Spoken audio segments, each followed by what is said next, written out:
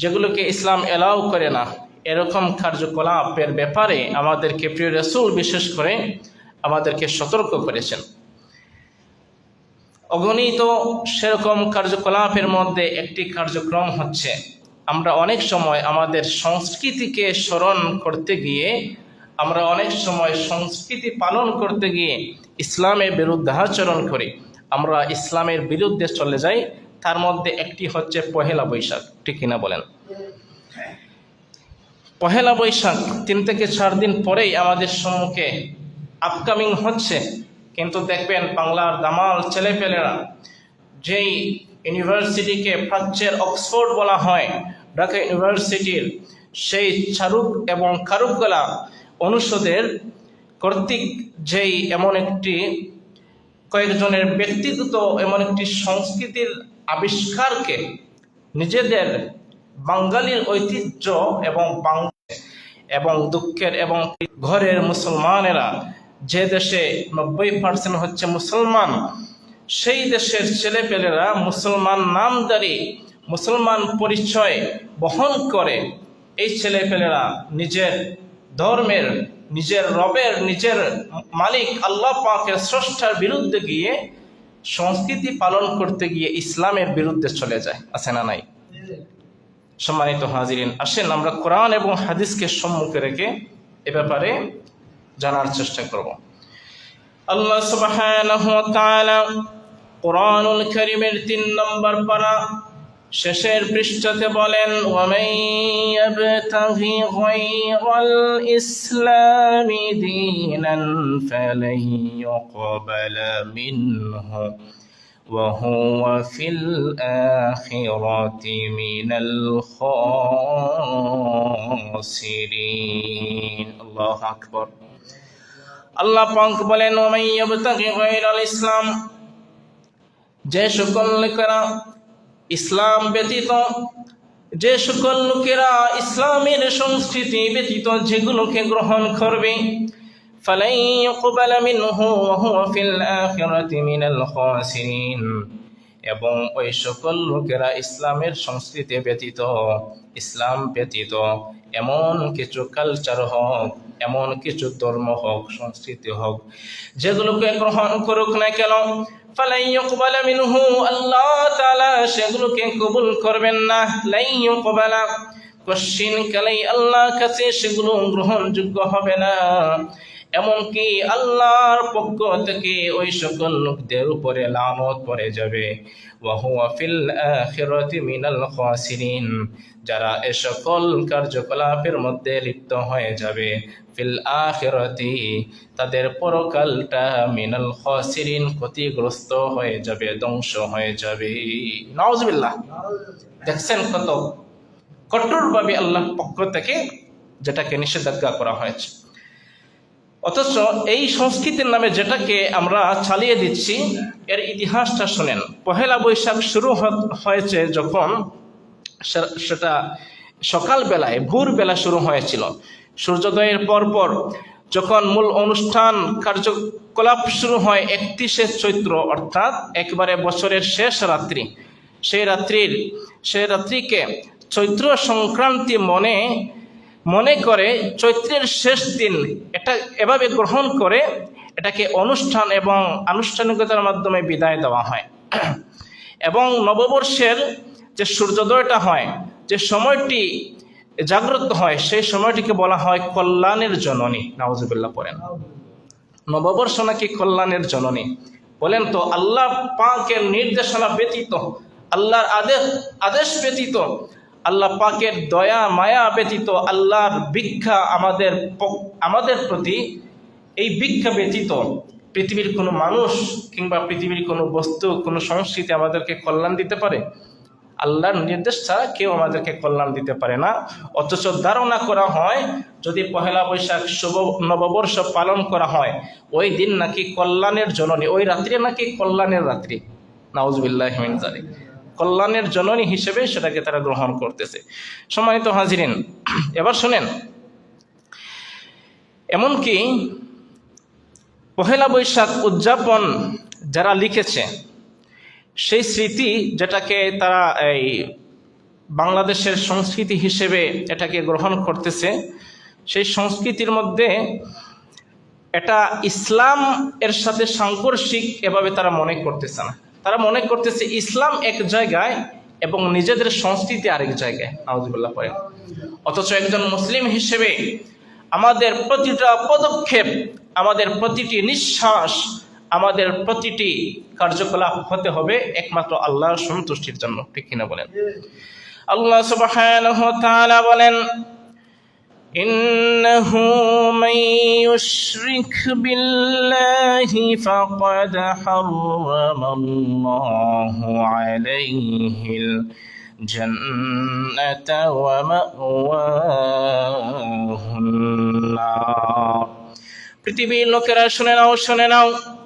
ইন্নাহু মান ইউশরিক বিল্লাহি ফাকাদ হারামা, নিশ্চয় যে ব্যক্তি রূপ ধারণা করবে, আল্লাহর সাথে শিরিক করে ফেলবে, নিজের কর্মের মাধ্যমে, কাজের মাধ্যমে কিংবা মনের ধারণার মাধ্যমে, এমন কার্যকলাপের মাধ্যমে যদি কেউ আল্লাহর সাথে শিরিক করে ফেলে, শুনে নাও, শুনে নাও, আলাইহিল হারামাল্লাহু আলাইহিল জান্নাহ, ওই ব্যক্তির জন্য জান্নাতটা হারাম করে দেওয়া হবে। ওয়া মাওয়াহুন নার, এবং ওই ব্যক্তির চিরস্থায়ী ঠিকানা জাহান্নামের মধ্যে নির্ধারণ করা হবে। এবং আল্লাহ তাআলা বলেন, ওয়া ইয়ামসাসকাল্লাহু বিদুররিন ফালা কাশিফা লাহু ইল্লা হুয়া ওয়া ইয়ামসাসকা বিখাইরিন ফাহুয়া আলা কুল্লি শাইইন কাদির। তিনি হচ্ছেন তোমাদের প্রতিপালক। তিনি যদি তোমাদের কোনো ক্ষতি করতে চান, তিনি যদি তোমাদের ভাগ্যের মধ্যে, তোমাদের তাকদীরের মধ্যে কোনো ধরনের ক্ষতিগ্রস্ত হওয়া সেটা যদি আল্লাহ পাক নির্ধারণ করে রাখেন, এই ক্ষতিটাকে ফিরিয়ে রাখবে, এই ক্ষতি থেকে তোমাদেরকে বাঁচিয়ে রাখবে, এমন কোন সত্তা, এমন কোন শক্তিশালী পাওয়ারফুল সত্তা এই পৃথিবীর জমিনে আর একটাও নাই। ঠিক কিনা বলেন? এবং আল্লাহ তাআলা বলেন, পক্ষান্তরে যদি তিনি তোমাদের মঙ্গল করতে চান, তোমাদের ভালো করতে চান, তোমাদের জন্য সেই মালিক আল্লাহ সুবহানাহু ওয়া তাআলা যদি তোমাদের ভাগ্যটা খুলে দিতে চান, তোমাদের কপালটা খুলে দিতে চান, তাহলে এই পৃথিবীর মধ্যে কোনো শক্তি নেই যে এই মহান আল্লাহ পাকের নিয়ামতটাকে ছিনিয়ে নিবে কিংবা সেটাকে রিজেক্ট করবে। এই ক্ষমতা পৃথিবীর আর কারণেই। ঠিক কিনা বলেন? আল্লাহ তাআলা এই জন্য বলেন, রাসূল করিম সাল্লাল্লাহু আলাইহি ওয়া আলিহি ওয়াসাল্লাম তার পেয়ারা আদরের ছোট ভাইকে, কিছু রিওয়ায়াতের মধ্যে রয়েছে জাবের ইবনে আব্দুল্লাহকে বলেছেন, ওয়ালাম আন্নাল উম্মাতা লাউ ইজতামাআ আলা আন ইয়ানফাউকা বিশাইইন লাম ইয়ানফাউকা ইল্লা বিশাইইন ফাকাদ কাতাবা আল্লাহু লাকা ওয়া লাউ ইজতামাউ আলা আন ইয়াদুররুকা বিশাইইন লাম ইয়াদুররুকা ইল্লা বিশাইইন ফাকাদ কাতাবাহু আল্লাহু আলাইক। আর জেনে নাও, জেনে নাও, সমগ্র উম্মত যদি, সারা পৃথিবীর মানুষ যদি একত্রিত হয়ে যায় আর যদি তোমার বিরুদ্ধে ষড়যন্ত্র শুরু করে ফেলে, তোমার বিরুদ্ধে আবার যদি তোমার কল্যাণ দিয়ে ফেলবে, তোমার জন্য ভালো কিছু করে ফেলবে, পৃথিবীর সকল মানুষ যদি তোমার পক্ষে একত্রিত হয়ে যায়, ঠিক ততটুকুই তোমার জন্য উপকার করতে পারবে, ঠিক যতটুকু আল্লাহ পাক তোমার তাকদীরের মধ্যে, ভাগ্যের মধ্যে লিপিবদ্ধ করেছেন। সুবহানাল্লাহ। আর শুনে নাও, শুনে নাও, পক্ষান্তরে পৃথিবীর तमाम উম্মতেরা যদি একত্রিত হয়ে যায় আর তোমার বিরুদ্ধে ষড়যন্ত্র শুরু করে দেয়, তোমার ক্ষতিগ্রস্ত করার জন্য চিন্তা ভাবনা করে, তোমাকে হেনস্থা করার জন্য, তোমাকে অপমান করার জন্য तमाम পৃথিবীর মানুষ যদি একত্রিত হয়ে যায়, ঠিক ততটুকুই তোমার ক্ষতি করতে পারবে, ঠিক যতটুকু আল্লাহ পাক তোমার তাকদীরের মধ্যে, ভাগ্যের মধ্যে আল্লাহ পাক লিখে রেখেছেন, লিপিবদ্ধ করেছেন, যতটুকু তোমার ক্ষতি তারা করতে পারবে ততটুকু, তার চেয়ে বেশি পারবে না। ঠিক কিনা বলেন? আল্লাহ সুবহানাহু ওয়া তাআলা সমস্ত কিছুর মালিক, সম্মানের মালিক আল্লাহ, ইজ্জতের মালিক আল্লাহ, বড় বেইজ্জতের মালিক আল্লাহ, বেইজ্জত করার মালিক আল্লাহ। ওয়া তুইজ্জু মান তাশা ওয়া তুযিল্লু মান তাশা, যিনি হচ্ছেন সেই মালিক, তিনি হচ্ছেন ওয়া তুইজ্জু মান তাশা, যাকে ইচ্ছা তাকে সম্মান দান করেন, ওয়া তুযিল্লু মান তাশা, আবার যিনি যাকে চান তাকে অপদস্থ করেন। এই জন্যই পৃথিবীর মধ্যে দেখবেন অনেক মানুষ ক্ষমতা পাওয়ার পরে, অনেক মানুষ রাজত্ব পাওয়ার পরে অহংকারী হয়ে যায়। অহংকারী হয়ে যাওয়ার পরে আল্লাহ পাক তার উপরে লানত শুরু করে দেন। আল্লাহ পাকের পর্যায়ে অত জিল্লু মান তাশা, ওই মানুষদের জন্য জিল্লতি অপমান আল্লাহ তাআলা নির্ধারণ করে দেন। ঠিক কিনা বলেন? আবার এমন মানুষ রয়েছে গোপনে গোপনে আল্লাহর সাথে সম্পর্ক এমন ভাবে তৈরি করেছে, আল্লাহর এমন প্রিয় বান্দা হয়ে গেছে, আল্লাহর সাথে কানেক্টিভিটি তৈরি করে ফেলেছে। পৃথিবীর সকল মানুষ যদি তার বিরুদ্ধে ষড়যন্ত্র শুরু করে দেয়, পৃথিবীর সকল মানুষ যদি তার ক্ষতি সাধনা করার জন্য চিন্তা ভাবনা করে, ওই ব্যক্তির জন্য কিছুই করতে পারে না। কারণ আল্লাহর সাথে আসল জায়গায় ওই ব্যক্তির কানেকশন সে তৈরি করতে পেরেছে। সুবহানাল্লাহ। এই জন্যই আল্লাহ বলেন, তাবারাকাল্লাযী বিয়াদিহিল মুলকু ওয়া হুয়া আলা কুল্লি শাইইন কাদির। মহিমাময় সেই আল্লাহ, তাবারাকাল্লাযী বিয়াদিহিল মুলক, যার হাতে সমস্ত ক্ষমতা, সমস্ত রাজত্বের মালিক, সমস্ত সম্মানের মালিক, সমস্ত কর্তৃত্বের মালিক পৃথিবীর কারো কাছে নয়। সমস্ত কর্তৃত্বের মালিক, সমস্ত রাজত্বের মালিকানা আসমান জমিন সৃষ্টি করেছেন যিনি, সেগুলোর রক্ষণাবেক্ষণা করেন তিনি। সেজন্যই কোনো মানুষের ক্ষতি করতে পারবে না যদি আল্লাহ পাকের ইশারা না হয়। ঠিক কিনা বলেন? সম্মানিত হাজিরিন, যে কথাটি বলতেছিলাম, রাসূলের হাদিসের মধ্যে রয়েছে, লাইসা মিন্না মান নাতিরাহু আও নুতিরাহু লাহু আও তাকুনাহুন্না আও তুকিনুহুন লাহু আও সাহারা আও সুহিরা লাহু। যে ব্যক্তি কুকল্যাণে বিশ্বাস করে, যে সকল মানুষেরা এই কথাটি ধারণা পোষণ করে, আজকের রাত্রি হচ্ছে কল্যাণ রজনী, আজকের রাত্রি হচ্ছে কল্যাণ জননীর রাত্রি। যদি আজকের দিনটাকে ভালোভাবে পর্যবেক্ষণ করা হয়, যদি পান্তা ভাত খাওয়া হয়, পান্তা ইলিশ খাওয়া হয়, সারাটা বছর আমাদের জন্য ভালো যাবে। এগুলো হচ্ছে কুধারণা, কুলক্ষণ। নাউজুবিল্লাহ পড়েন।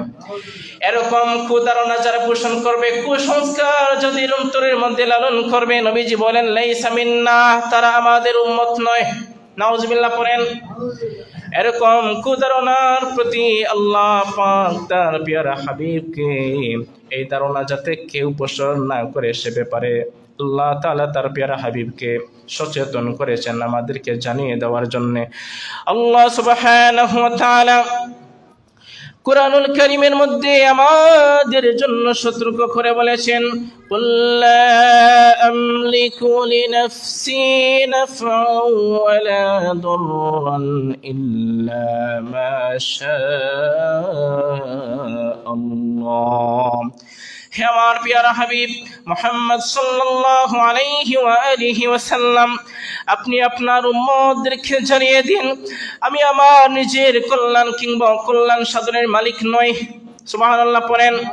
লা আমলিকু লিনাফসি, আমি আমার নিজের জন্য মালিকানা আল্লাহর পক্ষ থেকে গ্রহণ করতে পারি না। লা আমলিকু লিনাফসি, আমি আমার নিজের মালিক নই, আমার নিজের কল্যাণের মালিক নয়।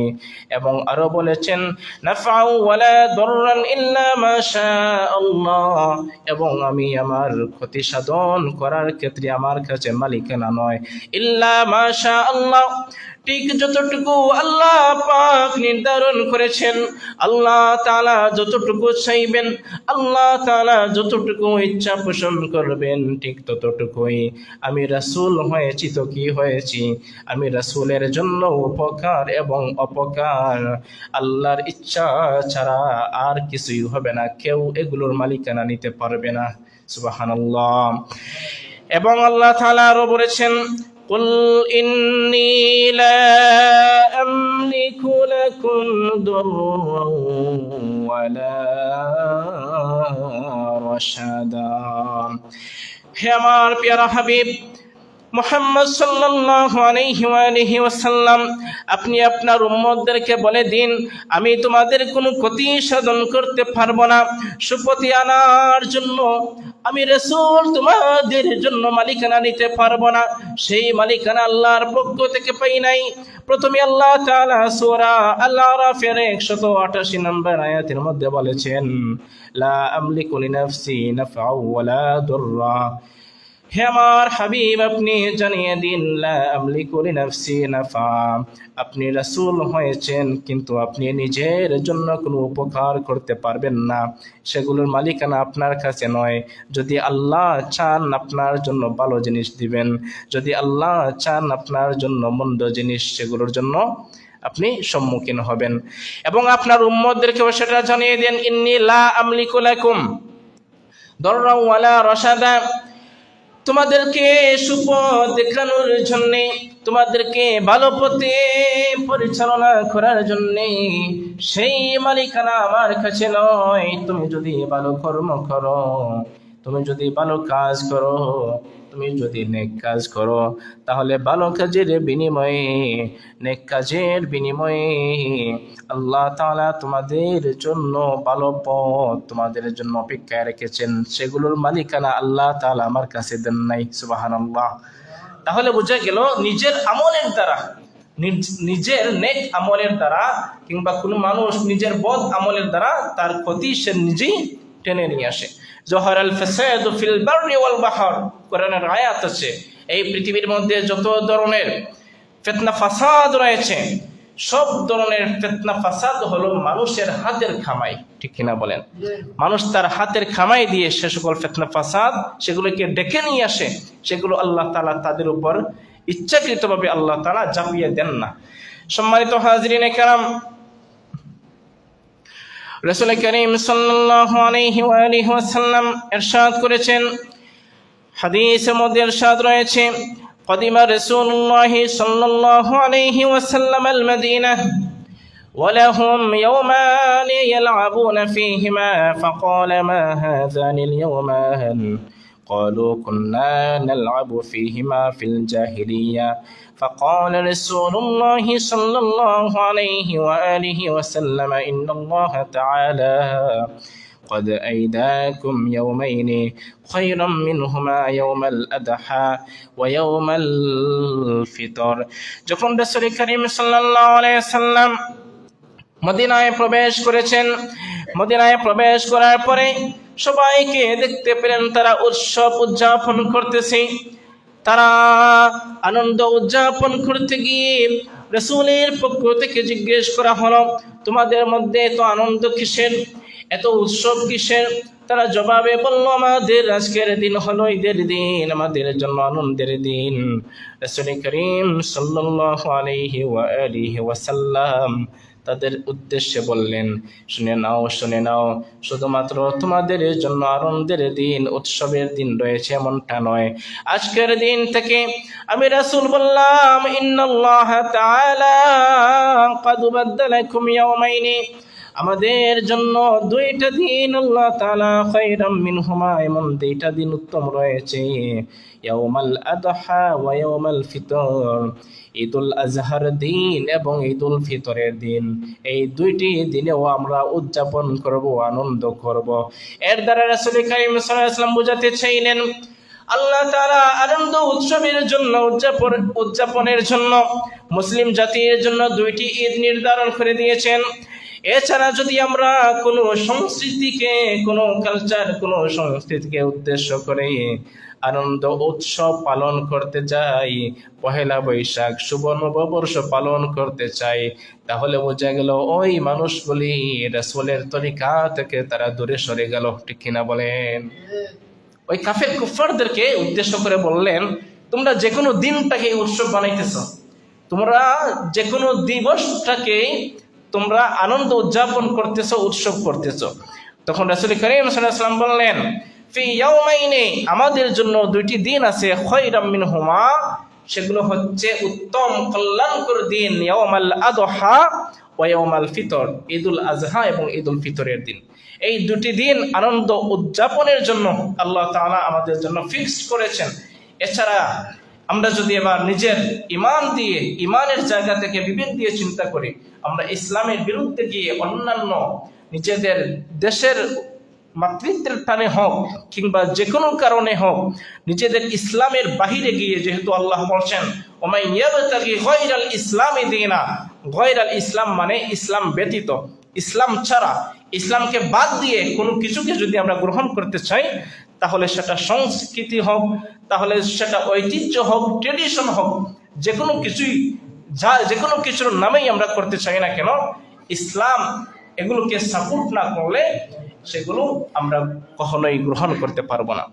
সম্মানিত হাজরিন কেরাম, তাহলে বোঝা গেল রাসূল করিম সাল্লাল্লাহু আলাইহি ওয়াসাল্লামের হাদিস এবং কুরআনুল কারীমের আয়াতগুলোকে সম্মুখে রেখে আমরা আমাদের সন্তানদেরকে এমনভাবে লালন পালন করতে হবে, কোন জিনিসটি ইসলাম এবং কোন জিনিসটি গয়রে ইসলাম, সেগুলো শিক্ষা আমাদেরকে দিতে হবে। ঠিক কিনা বলেন? আজকের প্রতিটি সমাজের বাস্তব চিত্র হলো, যখন ছোটবেলায় কিংবা এসএসসি পর্যন্ত, ইন্টারমিডিয়েট পর্যন্ত প্রতিটা সন্তান, প্রতিটা যুবকেরা তারা ইমানের উপর অটুট থাকে, নামাজ কালাম 2 ওয়াক্ত 4 ওয়াক্ত 5 ওয়াক্ত যতটুকুই পালন করার চেষ্টা করে, কিন্তু যখন ইউনিভার্সিটির বারান্দায় চলে যায়, কলেজ ইউনিভার্সিটিতে যখন চলে যায়, তখন দেখা যায় তারা আস্তে আস্তে সংস্কৃতির নামে তারা তখন সময়ে অমুসলিমদের কালচারগুলোকে গ্রহণ করে, এক পর্যায়ে এমন আধুনিকতার ছোঁয়া তারা পেয়ে যায় এবং এমন আধুনিকতার স্পর্শে তারা চলে যায়, এক পর্যায়ে তারা নাস্তিকতার জীবন তারা গ্রহণ করে ফেলে। আছে না নাই? চিন্তা করে দেখবেন, প্রতিটা ছেলে পেলে, প্রতিটা সন্তান তারা হচ্ছে মুসলমান ঘরের সন্তান, কিন্তু যখন বড় হয়, স্বাধীনতা পায়, ইউনিভার্সিটির বারান্দায় যখন চলে যায়, তখন সেই পরিবেশের সাথে থাকতে থাকতে এক পর্যায়ে নাস্তিক মন মানসিকতা তারা লালন পালন করে শুরু করে ফেলে। তাদের জীবন, তাদের লেবাস, তাদের চলাফেরা নাস্তিকতার সাথে একেবারে মিলিত হয়ে যায়, সাদৃশ্যপূর্ণ হয়ে যায়। সম্মানিত হাজরিন কেরাম, আমরা এই ব্যাপারগুলি সম্পর্কে সচেতন থাকবো, নিজেদের ইমানকে হেফাজত রাখবো, নিজেরা দিন ইসলাম, দিনের নলেজ, দিনের জ্ঞান, ইসলামের জ্ঞান অর্জন করার চেষ্টা করব। আমরা পরবর্তী প্রজন্মদেরকে ইসলামের সঠিক জ্ঞান সেগুলো শেখানোর চেষ্টা করব। আল্লাহ সুবহানাহু ওয়া তাআলা আমাদের সকলকে ইমানের উপর অবিচল, ইমানের উপর অটুট থাকার তৌফিক দিন। আমরা একবারে জীবনের শেষ নিঃশ্বাস পর্যন্ত যেন খাঁটি ইমানের উপর অবিচল থাকতে পারি, আল্লাহ যেন তৌফিক দেন। সবাই পড়ি আমিন। হাযা মা ইনদি ওয়াল ইলমু ইনদাল্লাহ ওয়া আখিরু দাওয়ানা আলহামদুলিল্লাহি রাব্বিল আলামিন। আসসালামু আলাইকুম ওয়া রাহমাতুল্লাহ। যারা সুন্নাত পড়ি নাই, আমরা সুন্নাত পড়ি।